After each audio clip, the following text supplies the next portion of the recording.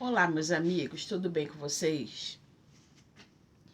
Se eu não me engano, hoje eu vou falar sobre a última parábola, se é que eu não pulei nenhuma. Caso alguém, sinta a falta de alguma, coloca nos comentários. Mas eu acho que eu falei sobre as 40 parábolas. É que tiveram vídeos que eu falei de 2 e até 3 parábolas dentro do mesmo vídeo.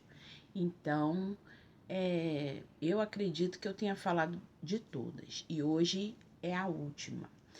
Jesus estava naquele mesmo cenário, dentro do templo, cercado pela multidão, e os sacerdotes, escribas, fariseus vieram ao encontro dele para um embate, porque eles não estavam aceitando que ele tivesse autoridade para reunir aquelas pessoas ao redor dele, todos crendo nele, né?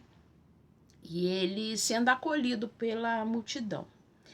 Então eles chegaram, né, perto dele, questionando a autoridade dele e tal. E aí ele se propôs a contar essa última parábola, que era a parábola dos lavradores maus. Ele disse que tinha um homem que era proprietário de uma terra, né? E aí ele plantou uma vinha nessa terra e quando ela começou a produzir, ele fez um lagar ao redor dela, ele construiu uma torre, ele preparou ali o ambiente propício, né, para produzir uva e mais tarde vinho. E aí ele arrendou essas terras, né, para alguns lavradores e foi embora, se ausentou do lugar. No tempo da colheita, ele enviou um servo para poder receber a parte dele, né? E aí aqueles lavradores bateram no servo e mandaram o servo de volta. Ele enviou mais outro servo e foi pior ainda, eles quase mataram o homem e mandaram ele de volta. Depois ele enviou outro e outro e outro, e eles sempre muito hostis, muito agressivos, né? Ao ponto de matar os servos daquele homem. E aí, por último, só sobrou o filho, né? E o filho foi enviado para poder cobrar, né? Aquela parte que cabia ao dono das terras. E aconteceu que eles também mataram o filho, porque matando o filho, toda a herança ficaria para eles, né?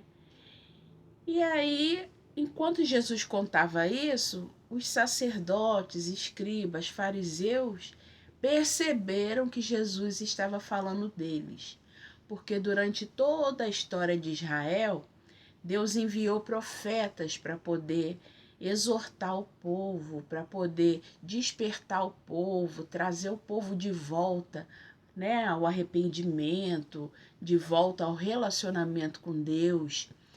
E o povo de Israel sempre foi muito hostil com os profetas, né? Alguns apanhavam, outros eles matavam, né? E nunca ouviram, né? E nunca se arrependeram. Por isso eles sofreram tanto. As consequências dos próprios atos, né? E aí aqueles espectadores, né? Que estavam ali diante de Jesus, eles entenderam que Jesus estava falando sobre isso. E aí, ao invés deles, né, caírem em si, fazerem, né, contato com a consciência e entenderem que Jesus era o Filho enviado, eles se enfureceram mais ainda, porque eles entenderam que absurdo, ele está se falando que é o próprio Filho de Deus. E aí se enfureceram mais ainda, e isso contribuiu para que Jesus fosse condenado, né? E o que eu gostaria de falar, né, a respeito dessa parábola para a aplicação nos dias de hoje, é que o povo de Deus, né, as igrejas, os cristãos, continuam sendo muito resistentes às exortações. Quando a gente fala sobre os erros, né, da igreja, da Igreja Católica, da Igreja Evangélica, quando a gente aponta algum erro, alguma interpretação errada ou algum vício, né, de religiosidade que vem tomando corpo ao longo da história, e hoje, quando você compara, né, as práticas religiosas com a Bíblia, você já vê, sabe, muitos desajustes. As pessoas, ao invés delas fazerem contato com a consciência e não, realmente tem muita coisa errada e nós precisamos reformar aquilo que nós estamos vivendo para poder agradar a Deus, para poder cumprir a palavra, né? Para poder cooperar para que essas coisas aqui aconteçam, né? Ao invés disso, elas se revoltam contra quem está denunciando, né? Elas se revoltam e elas não se dão nem o trabalho de estudar, né? Para poder dizer, não, nós praticamos isso porque está escrito isso, né? Não é o simples fato de errar, é o fato de permanecer no erro e atacar aquele que está tentando despertar. Vocês estão me entendendo? Quando a gente fala, por exemplo, que se mistifica o lugar de culto, né? A igreja são as pessoas. Deus não habita em construções humanas, está escrito. Deus não habita em construções humanas. Uma vez que o templo de Jerusalém, né, foi destruído, Jesus é o templo. Ou seja, ao nome de Jesus que nós nos reunimos. Por isso não existe placa, não existe, sabe? Isso aí é para conveniência do homem. A construção, a placa, os estatutos daquela denominação, né?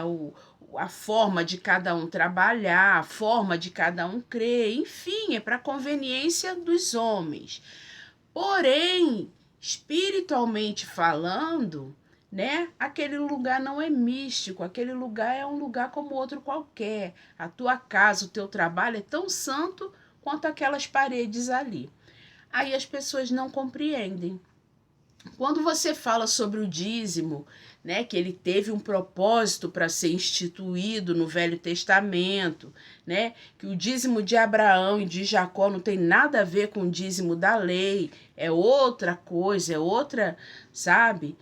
E que hoje a graça de Deus, nós não estamos mais sobre a ordem de Arão, nós estamos sob a ordem de Melquisedeque. São outros estatutos, são outras leis, são outros preceitos. E a graça de Deus, ela não requer de ninguém porcentagem de nada. Ela requer o integral de tudo, de todos, o tempo todo. Tudo que me pertence é de Deus, né? Então, se eu separar 10% do que é meu, do que eu recebo ali, eu não estou devolvendo nada a Deus, porque os 100% é dele, né? Então, eu não estou quite quando eu devolvo 10%, né? Porque durante todo o mês, tudo que requererem de mim, eu tenho que estar disponível, entendeu?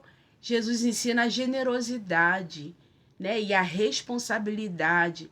Então, se eu congrego num lugar e ele tem despesas, cabe a mim também, né, a responsabilidade de manter aquelas portas abertas, sem a obrigação, né, sem aquele peso de roubar a Deus, sem pregar, né, as pregações judaizantes, elas não têm que entrar dentro da igreja, porque ela não é doutrina para a igreja de Cristo, né? Então é mais fácil você ensinar uma obrigação, colocar aquele peso nas costas da pessoa, né? E ela, no momento que ela dá, ela se sente devolvendo algo, né?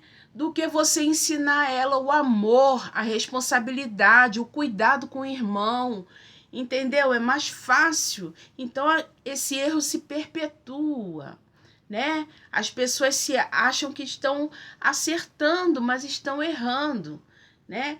E vários outros itens, várias outras coisas, né? Que a gente cansa de falar, mas não entra nos corações endurecidos. Acontece o que aconteceu aqui no texto, né?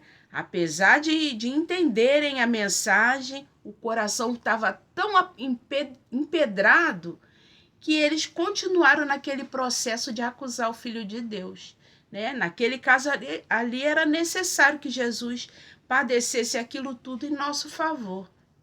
Mas hoje em dia, os erros que as pessoas não querem consertar, elas vão ter consequências na eternidade, né? Então é por isso que Deus tem levantado muitas pessoas, né, para tentar trazer de volta a verdade das Escrituras.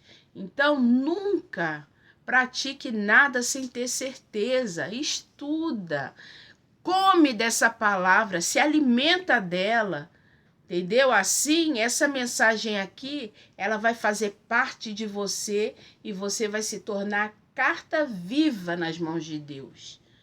Entendeu? Sem as prisões da religiosidade, sem as mentiras perpetuadas, né? Você vai ser a própria mensagem do Evangelho e testemunhando com a vida a quem você pertence. Tá bom? Um beijo para você.